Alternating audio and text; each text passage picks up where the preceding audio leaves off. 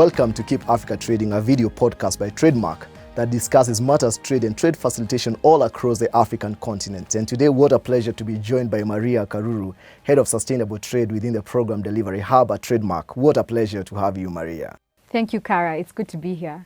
Maria, TradeMark does a lot of work along trade corridors. Why is this so? So TradeMark as an organization was established to grow prosperity in the region, and the key way that TradeMark sees this happening is through increasing trade in the region. One of the key considerations in order to increase this trade is actually improving performance and efficiencies of trade corridors. Maybe I should have begun by asking, what are corridors in the first place and why do they matter to trade? So trade corridors are multimodal routes which facilitate the movement of goods and services in order to access different markets. So if you think about it like a port city or a port in Mombasa accessing the market in Kigali, there's a whole route for that good to travel. So you have inputs such as roads, railway, one-stop border posts, industrial parks. All those make up this multimodal route. And it also makes up, and also the private sector that provides these goods make up that trade corridor. Currently, TradeMark is talking a lot about green corridors. What are those and why do they matter? Green corridors actually factor in environmental, climate change, and social sustainability throughout the processes. There are a lot of investments that our government agencies have undertaken, development partners, and even private sector have implemented in terms of improving efficiencies in trade.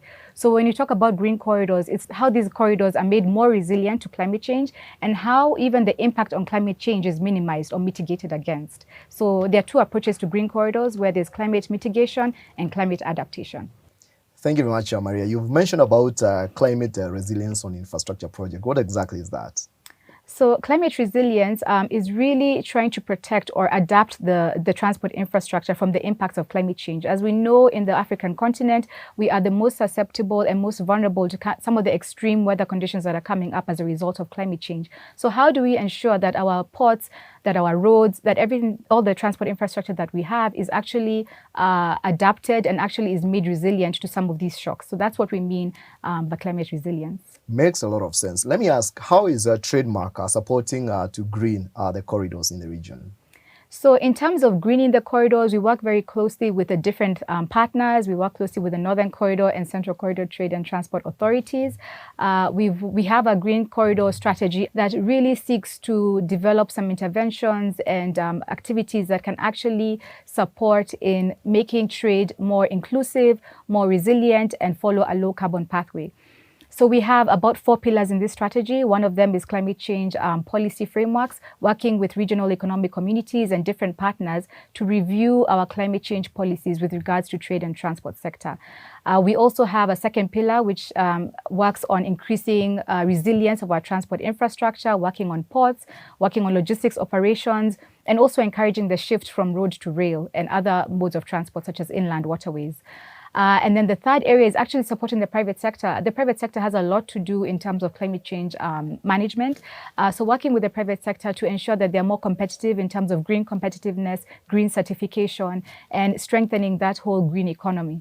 And the fourth pillar is really working around climate change finance, helping our partners and our businesses be able to access climate finance that is currently available. What has been the total investment to support the green trade agenda? So the investment to date is about $40 million US, and this has come from our various development partners and donors, and it has really spanned through making transport infrastructure more climate resilient, developing measuring and monitoring tools for greenhouse gas emissions, and also supporting women traders to ensure that they are more climate resilient. Who are the donors that support this work? The leading donors right now have been the UK. There has been input from Danida, from Canada, and we're growing with different development partners as well. Maria Karuru, thank you very much for that quite enlightening conversation. Thank you, Kara.